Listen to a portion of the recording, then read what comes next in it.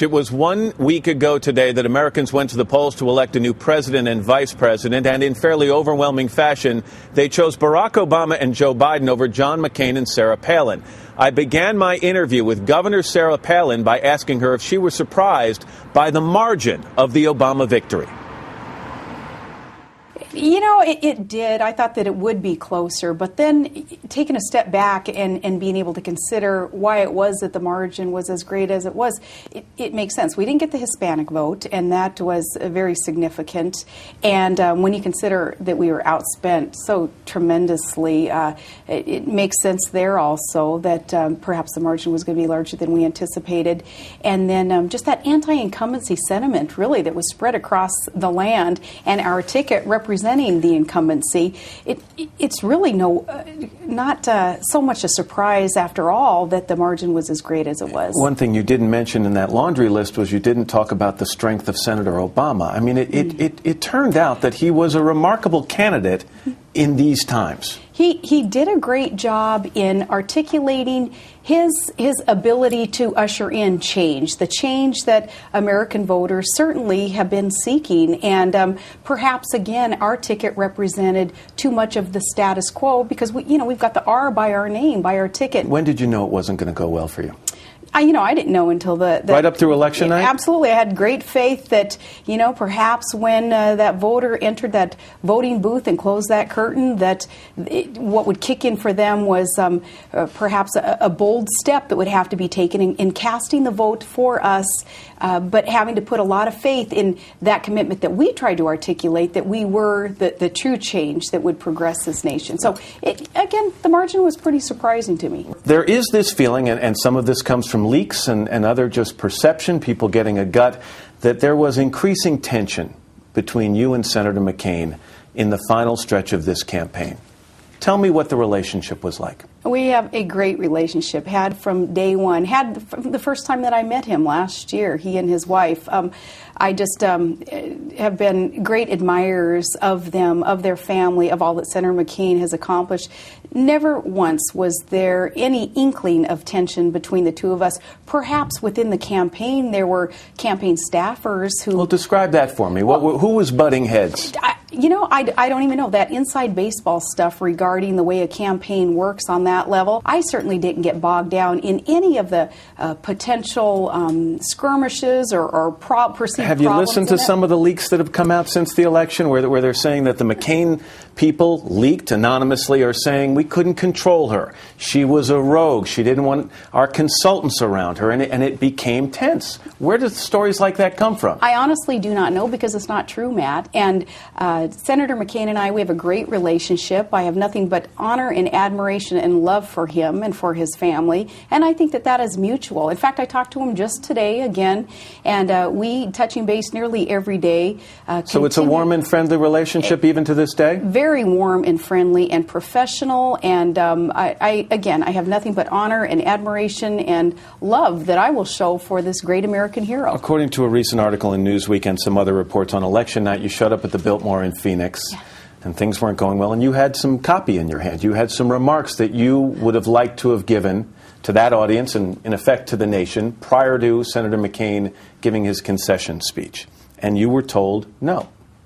Well, I had a speech that, I was going to give that we had worked on for about a week, and the speech was... Had you cleared it with anyone? Had anyone said it might be an opportunity for you to speak? Oh, certainly. The speech was written in cooperation and conjunction with a couple of the speechwriters in the campaign, and had written that as an introduction to this great American hero. And, of course, we had two speeches in our back pocket. One was a concession speech that would introduce him, and it would do what John McCain just can't seem to do for himself, bless his heart, because he's just not that kind of man, where I was going to brag him up and say, truly, he is an American hero, has faced great adversity, knows how challenges are overcome, and let us be thankful for this man who, with a servant's heart, had offered himself up to America. So that sounds like a good idea. Why weren't you allowed to do it? I don't know. It was a great speech because it also said, okay, but American voters have spoken, so now let's all come together. I know Senator McCain wants to lead in an effort of unity here in our nation, and let's work with President-elect Obama and let's go forward. So you walked up and you said to somebody in the campaign, look, I've got these comments I'd like to make. I want to, as you say, brag on him a little bit. Yeah. Who said no? Somebody said no. They said that it would be unprecedented that VP candidates wouldn't introduce someone in a concession speech. And, all I could say was... Were you disappointed?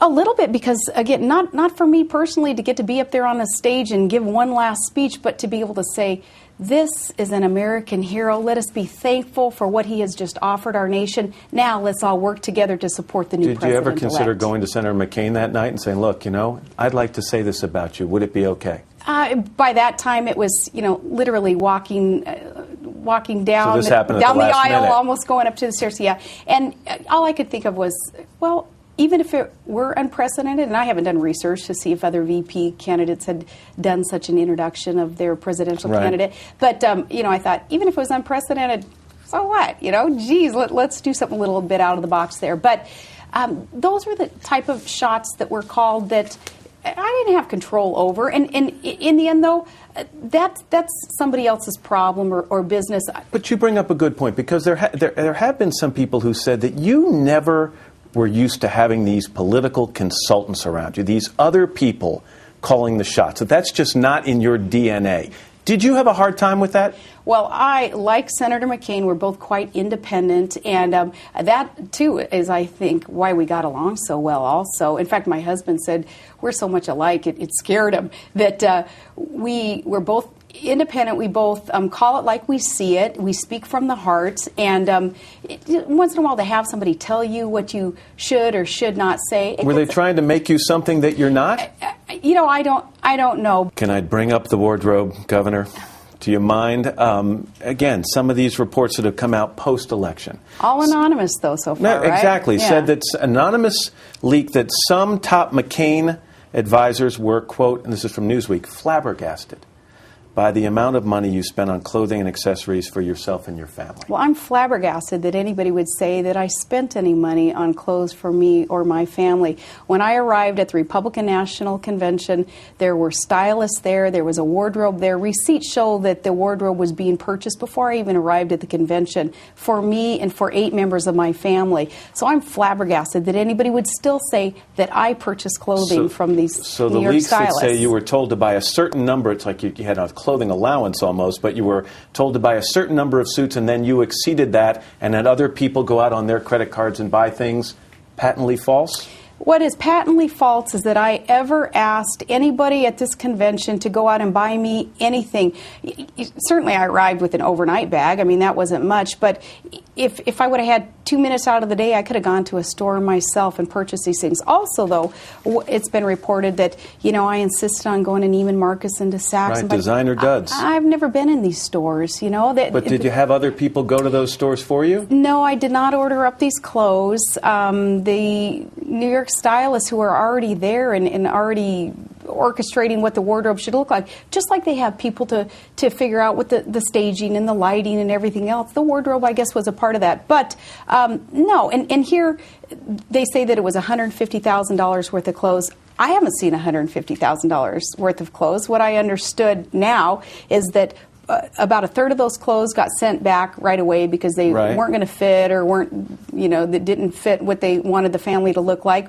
Another third did follow me along the trail, and those have all been sent back. And then another third stayed in the belly of the airplane the whole time. I understand, and I think your father made this comment today, that you actually spent some time this last weekend at home going through things, preparing, because the story is that there is a lawyer either on his way, or I don't know if that person's been here, he or she, coming to Alaska to kind of do a wardrobe audit on you. Which is absolutely false unless they're doing that without telling me that. But no, we don't have any of the campaign's clothes in our possession. And it was never anybody's intention to keep those borrowed clothes from the RNC.